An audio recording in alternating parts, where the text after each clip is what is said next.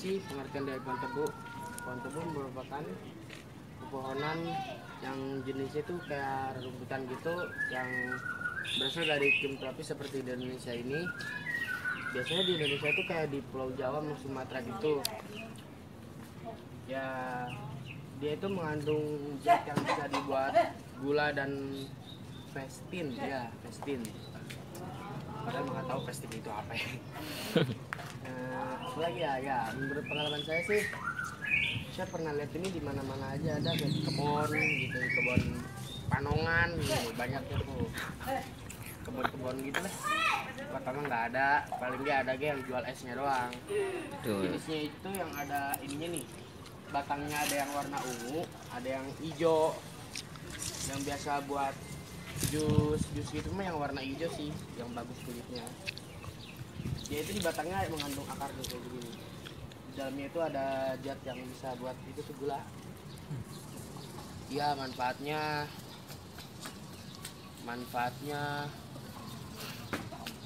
nanti dijelasin lagi deh. Sekian dari saya. Hai guys, ya kelompok kami akan mempresentasikan pohon tebu. Apa aja sih yang ada di pohon tebu, bagian-bagiannya? Kita samperin. Nah, ini dia pohon tebu.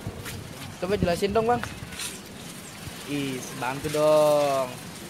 Pohon tebu memiliki, dia ada batang, Ya, terus ada daun, kulit. tunas, dan akar. Dan di dalamnya itu ada cairan yang sangat manis. Ya, yang bisa buat pakai apa? Gula. Gula dan Ya. bisa bikin es air tebu. Kelompok kami mengobservasikan pohon tebu itu karena apa sih? Karena pohonnya itu manis. Iya, manis kenapa ya? Kayak senyuman kamu manis. Asik, aduh. Semuanya sini dong. Oke. Yuk. Gimana? Udah selesai? Belum lah, kan kita Ya. harus tahu manfaat-manfaatnya buat Ya. nanti. Aduh. Kira-kira apa ya manfaatnya? Ya, manfaat pohon tebu itu untuk memenuhi kebutuhan gula di Indonesia mungkin ya. Iya, Gula itu pasir. sangat penting. Sangat penting. Sangat Kok nggak penting. ngomong-ngomong sih? Sangat penting ya. Iya, Apalagi kalau siang-siang. khasiatnya, Khasiatnya, Bu. bisa menghilangkan dahaga. Oh, iya, betul. Enaknya ngapain nih guys? Siang-siang gini. Ini udah sore tahu. Sore ya? Lupa Sore. salah. Oke. lah. Guys, masih bersama kami. Saya ingin menjelaskan pemanfaatan dari pohon tebu. Pemanfaatannya yaitu bisa meredakan penyakit kuning, bisa meredakan jantung berdebar, dan diabetes, dan lain-lain. Sekian dari saya, kurang lebihnya mohon maaf. Masih bersama kami di film apa? Pohon tebu. Juga saya Medan Sirayu dan saya tadi. Nama saya Ilham Muhammad dan saya Alam Sanjaya. Ya, kami akan menyebutkan apa tujuan dari presentasi ini. Tujuannya adalah ingin apa sih tadi? Menambah wawasan. Ya, apa itu pohon tebu? Kenapa pohon tebu manis? Takbir. Ya, karena itu namanya. Allah Akbar. Ya udah, intinya ya, sekian dari kelompok kami, kurang lebih mohon maaf. Wassalamualaikum warahmatullahi wabarakatuh. Cewek tujis. Sekarang apa? Perkenalan dulu apa sih? Yalah pasti, kan awal. Enggak. Kenalan apa ya? Kayak gimana? Kalau gua biar nggak ini yang foto itu biar nggak terlalu fokus ke Video. iya. Nah tuh. Soalnya gini, kita dulu ini dulu lah. Tahu juga.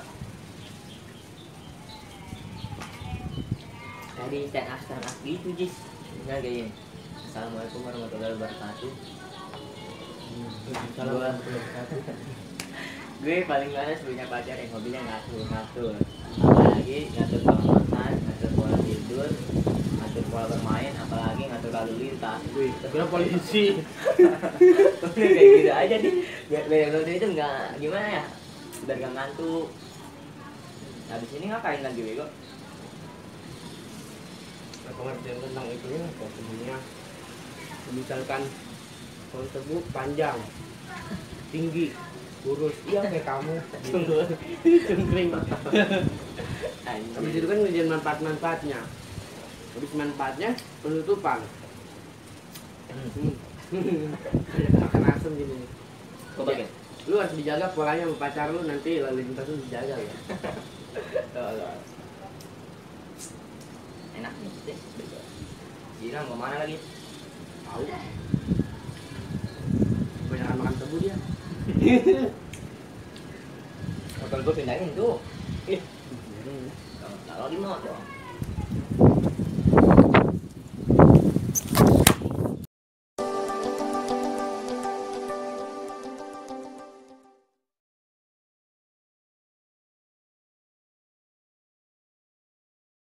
Warahmatullahi wabarakatuh. Kami dari kelas 10 IPS 4. Perkenalkan, nama saya Puji Rahayu Woro Sri Kandi. Nama saya Aprilia Darmayanti. Nama saya Yosis Ketia.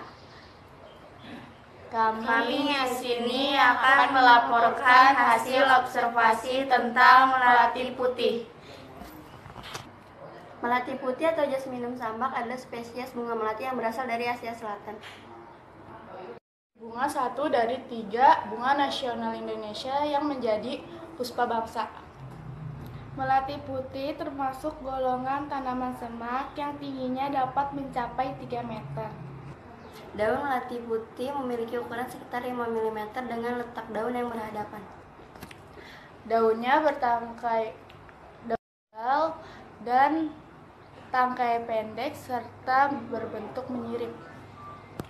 Mahkota bunga melati putih berbentuk seperti trompet dan berbau wangi. Ruas bunga melati putih berjumlah 7-10 ruas dengan panjang 2,5 mm sampai 7,7 mm. Melati putih biasanya tumbuh di daratan rendah yang ketinggiannya 600 meter di bawah permukaan laut. Bunga melati putih memiliki banyak manfaat, antara lain seperti untuk obat demam dan sakit kepala. Selain bermanfaat bagi kesehatan, bunga melati putih juga memiliki banyak manfaat pada kecantikan, yaitu Mengobati wajah yang berjerawat, menghaluskan kulit tubuh, Dan juga penuaan dini. Sekian laporan hasil observasi dari kami. Kurang lebihnya mohon maaf. Wabillahi taufiq wal hidayah. Wassalamualaikum warahmatullahi wabarakatuh.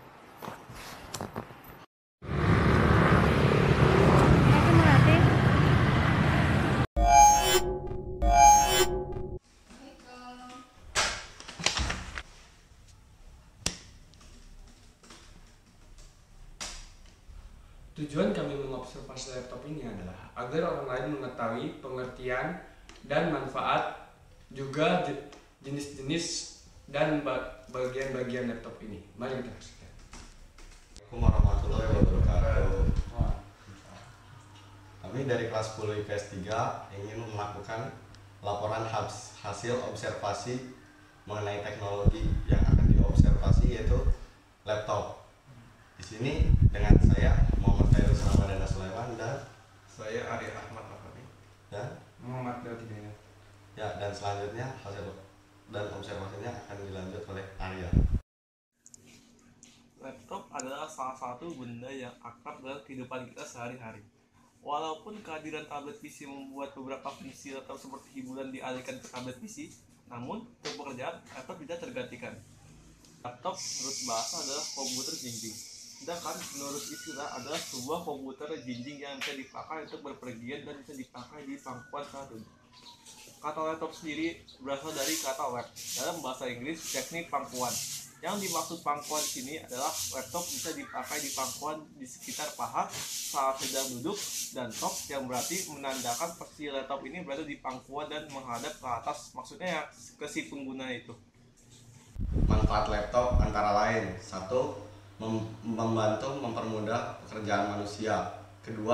Mengembangkan kreativitas otak. 3. Buat kita menjadi fleksibel. 4. Menjadi sarana hiburan. Berikut adalah jenis-jenis laptop yang umum pada masyarakat. 1. Notebook. Notebook adalah sebutan untuk laptop untuk kalangan pengguna umum. Dengan range layar berada di ukuran mulai dari 14 sampai 19 inch, dengan memiliki spesifikasi yang umum ada pada sebuah laptop, diantaranya memakai prosesor seri mobile atau ULV, RAM jenis DDR4, support VGA add-ons dari AMD Radeon, dan NVIDIA GeForce dan sebagainya. Notebook juga memiliki DVD player terpisah, baterai yang beragam versi. Notebook juga dirancang untuk bisa dibawa kemana-mana dengan mudah. Rata-rata berat notebook adalah sekitar 2 kg. Dahulu, notebook bisa sering mencapai 4 kg. Namun alhamdulillah, seiring perkembangan, berat notebook serta ketipisannya pun bisa ditekan. 2. Netbook. Netbook adalah sebutan untuk laptop mini yang dikomersialisasikan oleh Intel.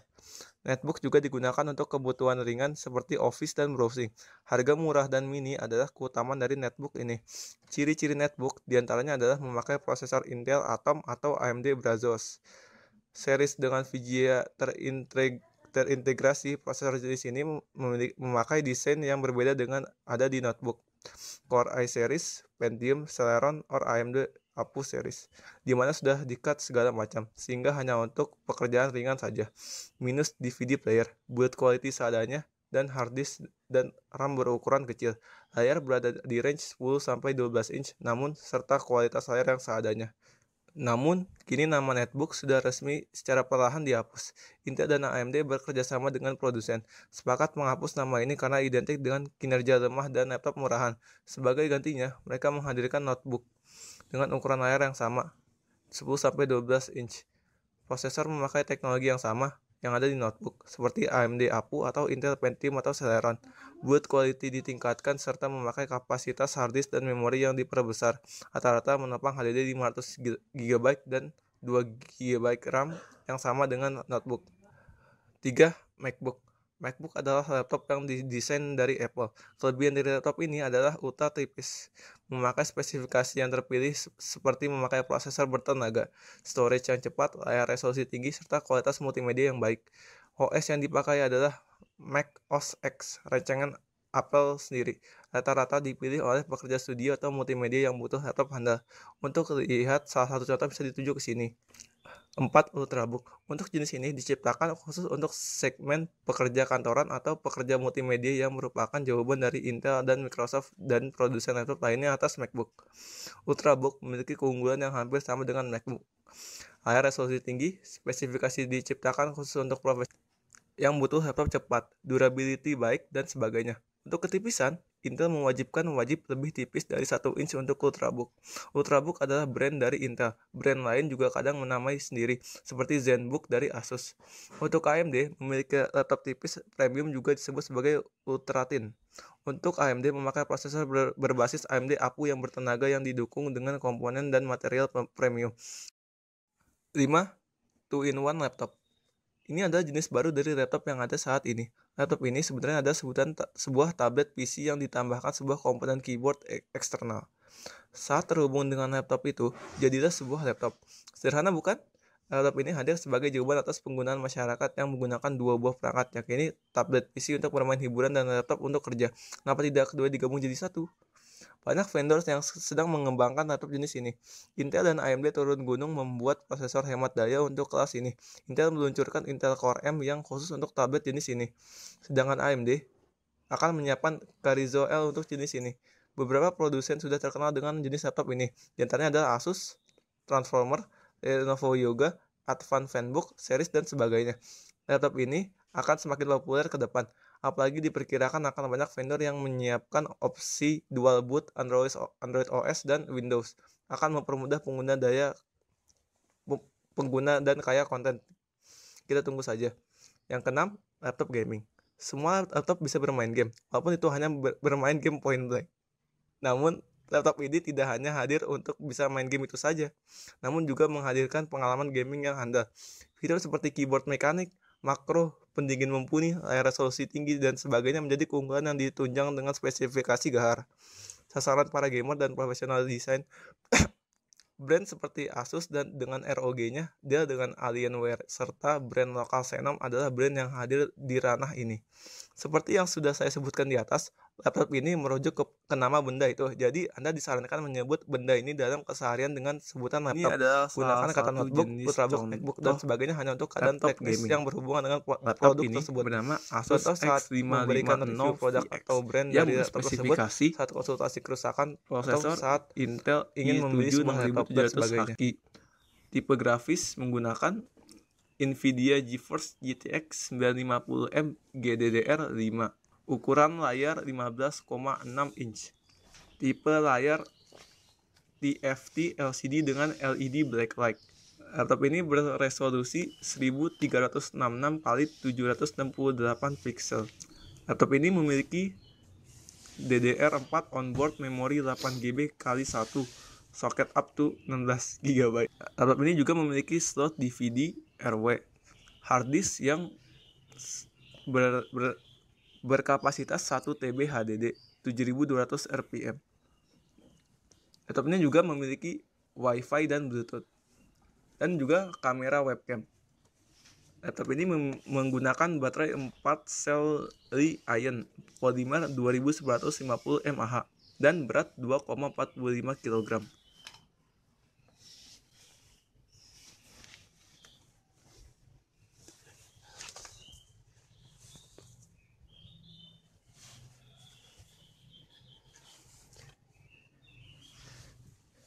Di sini saya akan menjelaskan bagian-bagian laptop. Ya, mari kita lihat. Yang satu ini adalah buat masukin DVD atau CD ya. Terus yang sini ini buat masukin USB 3.0 colokannya, lubangnya. Ulang. Udah. Ya ini keyboardnya, lihat ya. Ya, di sini buat touchpadnya. Ya, terus yang di bagian sebelah ini buat dicas, buat di kolong cas colokannya di sini. Terus sini buat keluar masuk udara yang panas. Terus ini buat kabel VGA eksternal, VGA onboard ya. Di sini buat kabel HDMI. Sini buat colokan internet. Sini buat USB 2.0 sama USB 2.0. Jadi ada dua ya. Terus ini sama buat speaker. Buat speaker. Ya, jadi itulah bagian-bagian laptop yang ada di laptop. Sekian, terima kasih. Video kami, sekian dari kami, hasil observasi tentang laptop. Kurang lebihnya mohon maaf. Wassalamualaikum warahmatullahi wabarakatuh.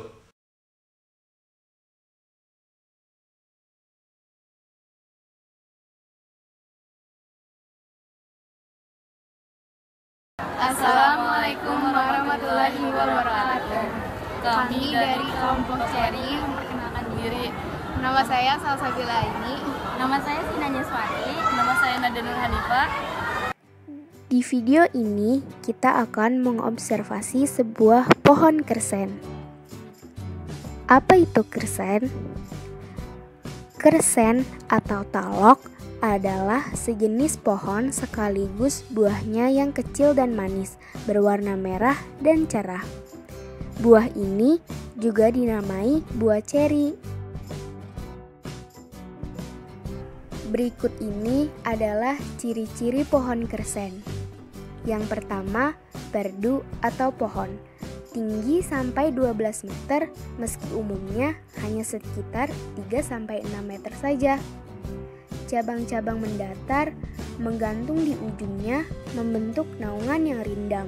Ranting-ranting berambut halus bercampur dengan rambut kelenjar. Yang kedua adalah ciri-ciri daun.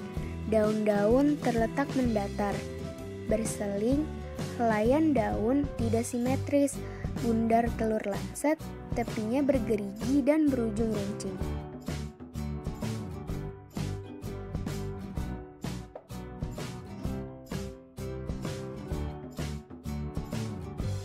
Yang ketiga adalah ciri-ciri bunga. Bunga dalam berkas berisi 1-3 kuntum, terletak di ketiak alga di sebelah atas tumbuhnya daun, bertangkai panjang, berkelamin 2, dan berbilangan 5. Benang sari berjumlah sebanyak 10 sampai lebih dari 100 helai. Umumnya hanya 1-2 bunga yang menjadi buah dalam tiap berkasnya. Yang terakhir adalah ciri-ciri buah buni. Buah buni bertangkai panjang, bulat hampir sempurna, diameter 1-1,5 cm, hijau kuning dan akhirnya merah apabila masak.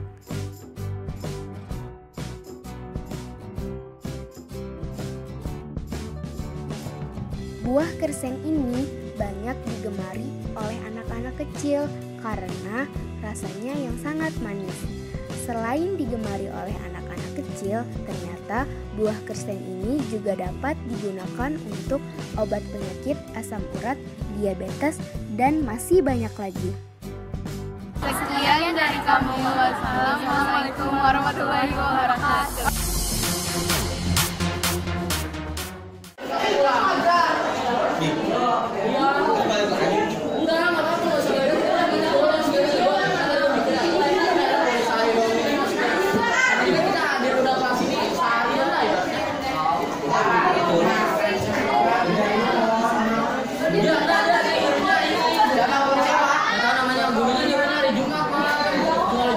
Jam 12 kata kita ayolah lewat warung mereka janjiannya hari ini teman-teman gue pada dari 5, 8, 17 serentaknya hari ini di Julur jam 1.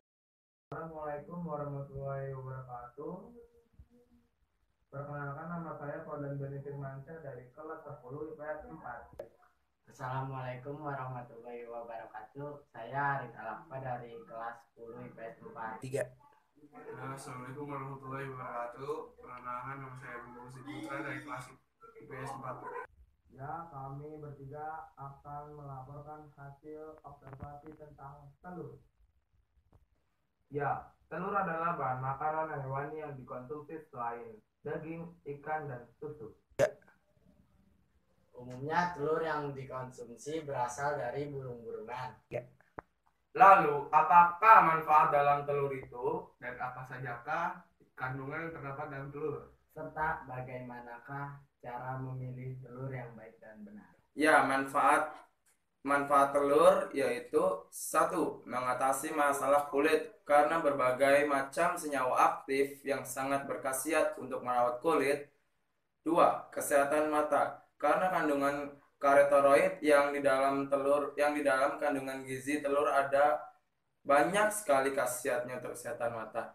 3. Menjaga kehamilan. Kandungan kolin yang terdapat di dalam telur ayam juga memiliki manfaat untuk menjaga kehamilan. Dan masih banyak lagi manfaat yang di dalam telur. 3. Dulu. Telur mengandung 90% kalsium, mineral, zat besi yang terdapat dalam kuning telur dan mengandung 6 gram protein dan 9 asam amino esensial yang terdapat dalam putih telur. Cara memilih telur yang baik. 1. Kondisikan cangkang telur tidak retak. Terusnya kedua, ukuran telur tidak terlalu kecil dan tidak terlalu besar. Terus ketiga, warna. Warna itu tidak terlalu pucat atau gelap. Kalau pucat atau gelap itu telurnya jelek. Terus 4, bersih dari berbagai kotoran ataupun noda. Jadi milihnya jangan yang asal bersih doang apa kotor. Milihnya yang bersih dan tidak ada nodanya. Terus yang kelima, tekstur kulit itu lembut, halus, lurus dan tidak kasar. Kalau yang kasar itu kebanyakan di pasar-pasar kan, di swalayan itu telurnya kebanyakan kasar. Itu bisa aja telurnya palsu atau apalah, kan kita nggak tahu. Tujuan saya mengobservasi telur ini agar Anda semua yang menonton tidak salah memilih telur. Telur yang baik itu tidak retak ya. Anda jangan sampai salah memilih, oke? Terus yang kedua, manfaat dalam telur itu kandungannya banyak sekali. Bisa mengandung omega 3, omega 4. Karena telur itu sangat baik untuk dikonsumsi. Ya, serta tujuan kami mengobservasikan ini tuh banyak sekali ya. Untuk membuat Anda mengetahui apa saja sih kandungan-kandungan baik di dalam telur itu yang harus Anda wajib konsumsi selama seminggu. Jadi Anda tuh wajib sekali mengonsumsi telur selama seminggu agar kesehatan mata, perkembangan otak, penjagaan kehamilan itu sangat baik dah. Pokoknya kalau telur itu dikonsumsi bagi tubuh itu nggak ada ruginya. Tapi jika Anda mengonsumsi lebih banyak itu ya gimana ya, kan ada pepatah juga berlebihan itu tidak baik. Jadi ya ada berdampak buruk juga sih apabila mengonsumsi telur yang lebih banyak. Ya batas normal aja. Sekian. Ya, jadi hasil observasi ini diharapkan dapat memberikan manfaat bagi Anda yang menonton video ini, serta bisa memberikan pengetahuan yang bisa dimanfaatkan dari telur. Saya berharap banget pengetahuan Anda agak bertambah, semoga bisa dimanfaatkan baik untuk Anda. Terima kasih. Video hasil laporan observasi dari kami kurang lebih minta maaf. Wassalamualaikum warahmatullahi wabarakatuh.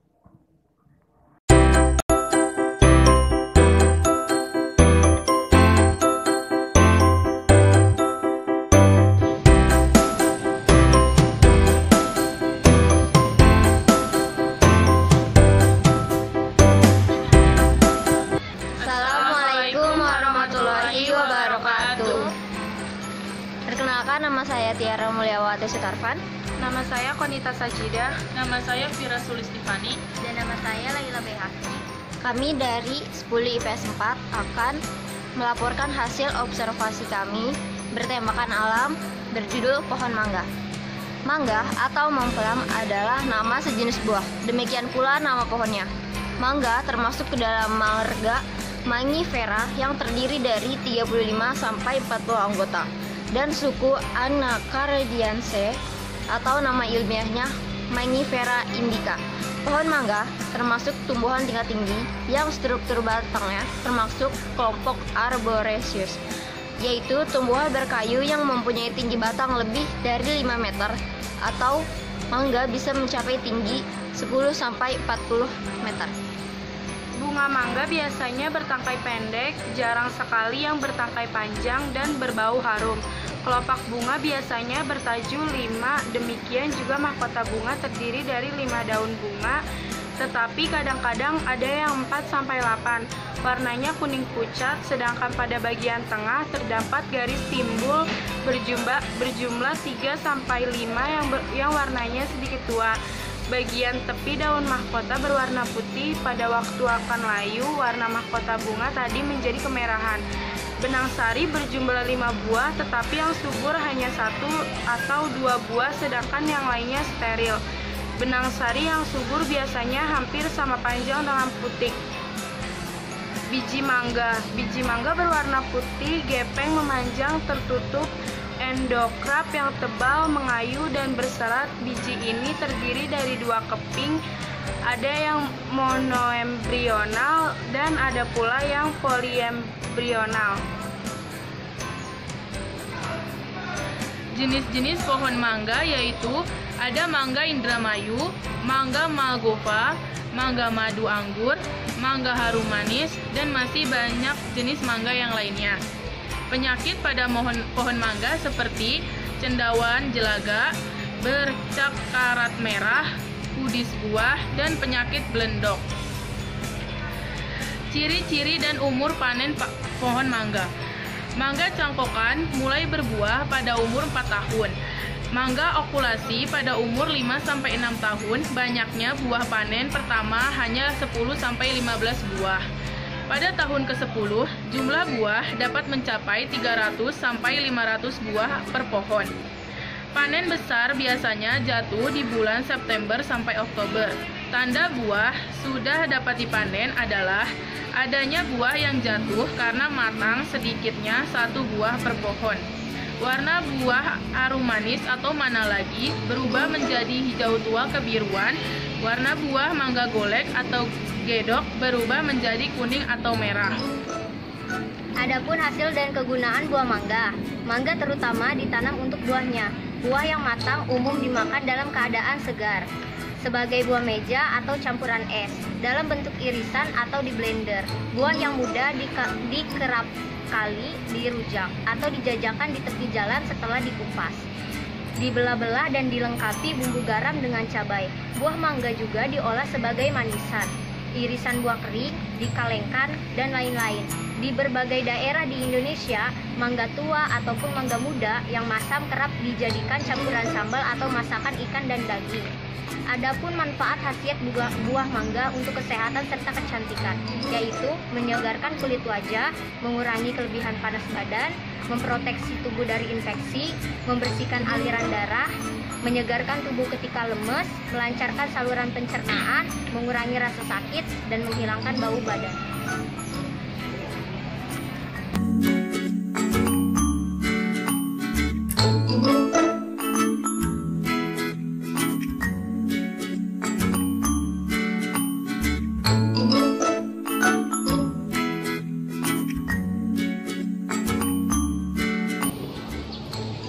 Contoh dari jenis-jenis pohon mangga yang ada di sekolah kami, yaitu di SMA Negeri 3 Kabupaten Tangerang.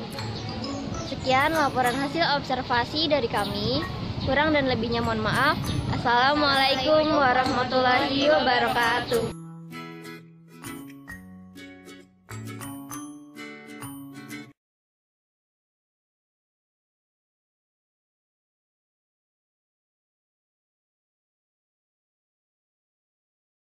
Pertama, telepon genggam generasi pertama disebut juga dengan 1G.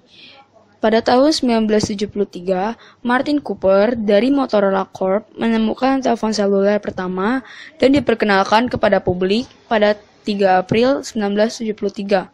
Telepon seluler yang ditemukan oleh Cooper memiliki berat 30 ons atau sekitar 800 gram. Teknologi yang digunakan 1G masih bersifat analog atau dikenal dengan istilah AMPLS. AMPLS menggunakan frekuensi antara 825 MHz sampai 894 MHz dan dioperasikan pada band 800 MHz. Kekurangan generasi 1G adalah karena ukurannya terlalu besar untuk dipegang oleh tangan. Ukuran yang besar ini dikarenakan keperluan tenaga atau performa baterai yang kurang baik. Selain itu, generasi 1G masih memiliki masalah dengan mobilitas pengguna. Pada saat melakukan panggilan, mobilitas pengguna terbatas pada jangkauan area. Generasi kedua atau 2G muncul pada sekitar tahun 1090-an. 2G di Amerika sudah menggunakan teknologi CDMA, sedangkan di Eropa menggunakan teknologi GSM. GSM menggunakan frekuensi standar 900 MHz dan frekuensi 1800 MHz. Dengan frekuensi tersebut, GSM memiliki kapasitas pelanggan yang lebih besar. Pada generasi 2G sinyal analog sudah diganti dengan sinyal digital. Penggunaan sinyal digital memperlengkapi telepon genggam dengan pesan suara, panggilan tunggu, dan SMS. Telepon seluler pada generasi ini juga memiliki ukuran yang lebih kecil dan lebih ringan karena penggunaan teknologi chip digital. Ukuran yang lebih kecil juga dikarenakan kebutuhan tenaga baterai yang lebih kecil.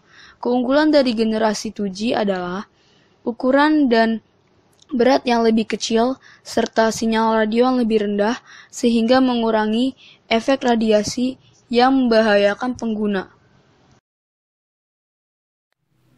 Generasi 3. Generasi ini disebut juga 3G yang memungkinkan operator jaringan untuk memberi pengguna mereka jangkauan yang lebih luas, termasuk internet, sebaik video call berteknologi tinggi. Dalam 3G terdapat 3 standar untuk dunia telekomunikasi, yaitu Enhanced Standards for GSM Evolution atau H, Wideband CDMA, dan CDMA 2000.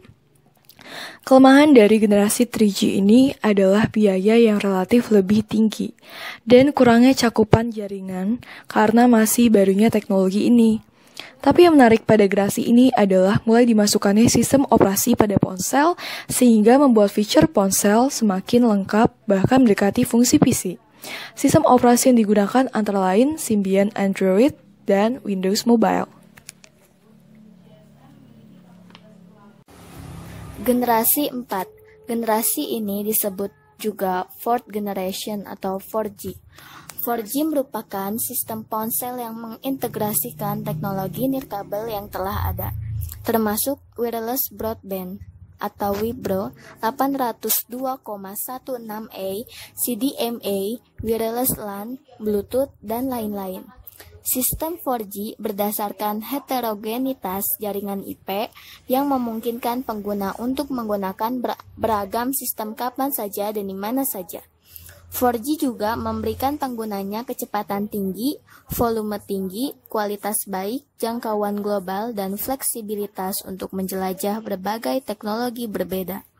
Terakhir, 4G memberikan pelayanan pengiriman data cepat untuk mengakomodasi berbagai aplikasi multimedia seperti video conferencing, online game, dan lain-lain.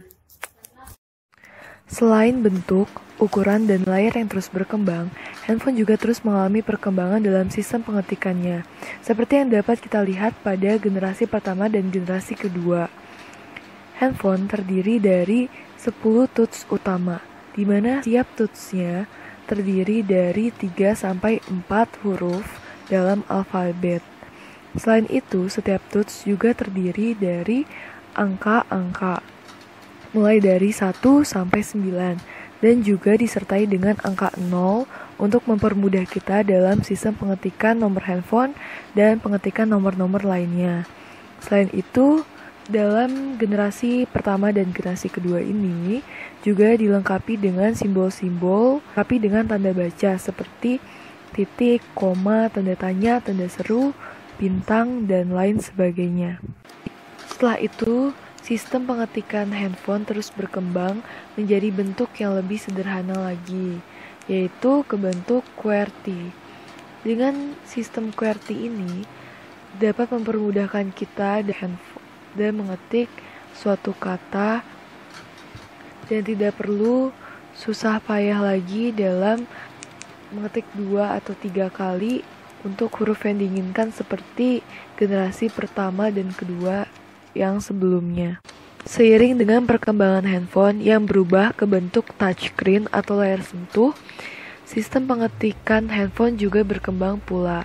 Walaupun bentuknya tetap QWERTY seperti generasi sebelumnya, tetapi pengetikan ini dilengkapi dengan fitur-fitur yang lebih lengkap seperti emoji atau emoticon, lalu simbol-simbol yang lebih lengkap, dan bahasa-bahasa negara lain yang dapat kita atur dengan mudahnya. Demikian video dari kami. Mohon maaf bila ada kesalahan kata. Sekian dan terima kasih.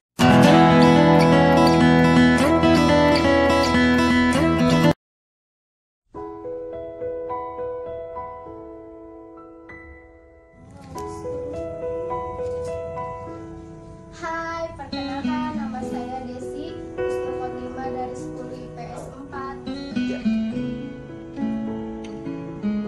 Halo, nama saya Bang Ibadur Rahman dari 10 IPS 4.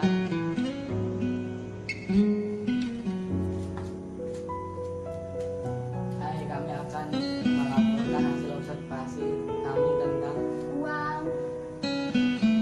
Rupiah adalah mata uang resmi Bank Indonesia. Mata uang yang dicetak dan diatur penggunaannya dari Bank Indonesia. Pada masa-masa awal kemerdekaan, Indonesia belum menggunakan mata uang rupiah, namun menggunakan mata uang resmi yang dikenal sebagai ori.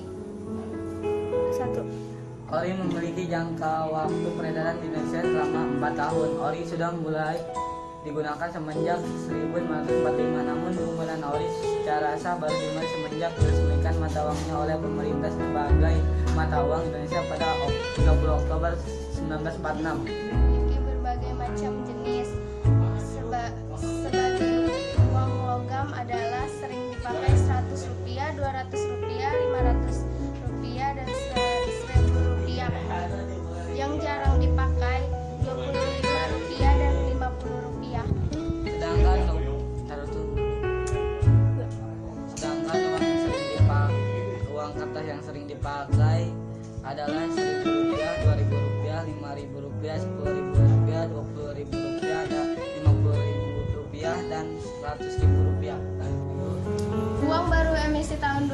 rencana semula Bank Indonesia mendenormasikan rupiah terganjal kondisi perekonomian global yang belum stabil dan pembahasan undang-undang redenominasi yang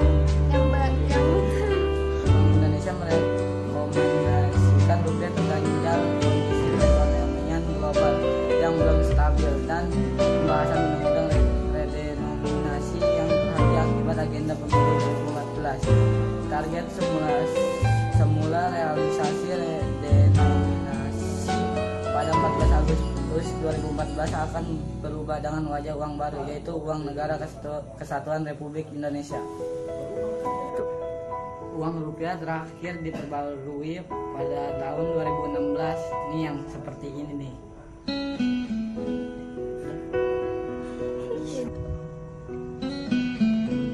Jadi rupiah sangat penting untuk alat transaksi dalam perekonomian negara Kesatuan Republik Indonesia. Jadi ini adalah sekedar informasi tentang rupiah yang bisa berguna untuk kalian.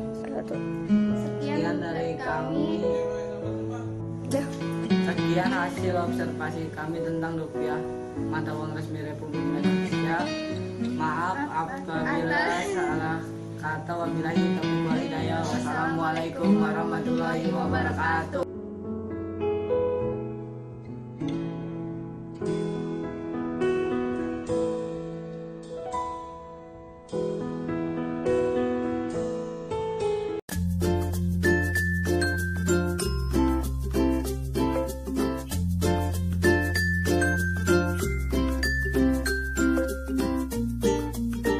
Perkenalkan, nama saya Sidik Zaki Utomo dari kelas 10 IPS 4.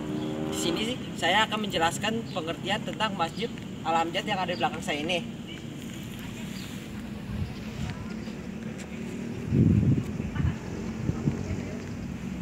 Masjid yang terletak di belakang gedung bangunan Pemda Tangerang ini diresmikan oleh mantan Wakil Presiden Yusuf Kala pada tahun 2006. Nah, di belakang kita ini terlihat ada bangunan menara yang tingginya 66,66 meter.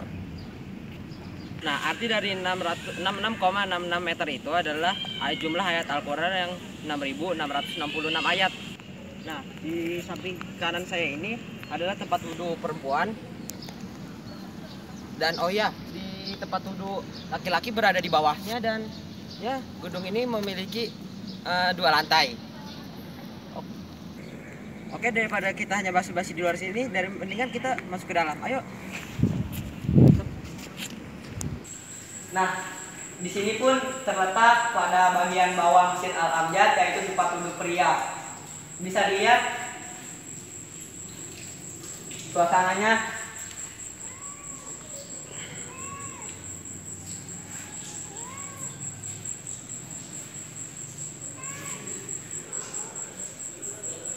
Oke. Sekarang kita tepat berada di depan pintu Masjid Al-Amjad yang berada di Tiga Raksa. Untuk lebih lanjutnya kita lebih baik masuk ke dalam saja untuk melihat definisi masjid tersebut.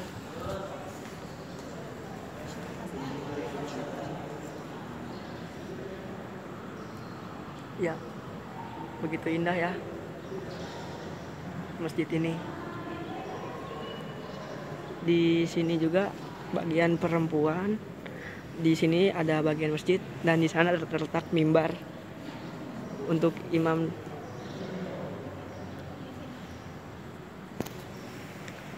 Ini bagian atas lantai 2 Masjid Al-Amjad yang berada di Tiga Raksa.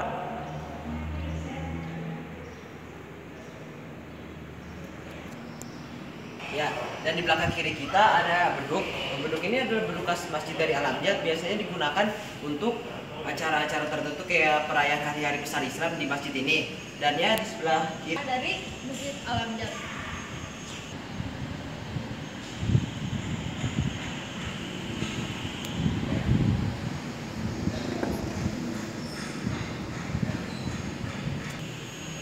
Ya, seperti yang saya bilang di awal video tadi, kan masjid ini disahkan oleh mantan wakil presiden Yusuf Kala saat itu.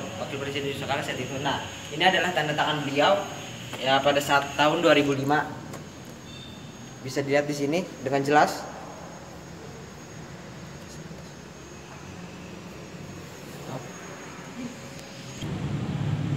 Masjid ini pun terletak sangat strategis, yaitu letaknya dekat dengan kantor pemerintahan Kabupaten Tangerang. Masjid ini juga bukan hanya letaknya strategis, tapi terkadang digunakan untuk memberangkatkan calon jemaah haji. Nah, sudah sampai kita di akhir perjumpaan video ini. Apabila ada kesalahan kata, mohon dimaafkan dalam proses pembuatan video ini. Saya Sidik Zaki Utomo, mewakili segenap kelompok bahasa Indonesia ini undur diri. Assalamualaikum warahmatullahi wabarakatuh.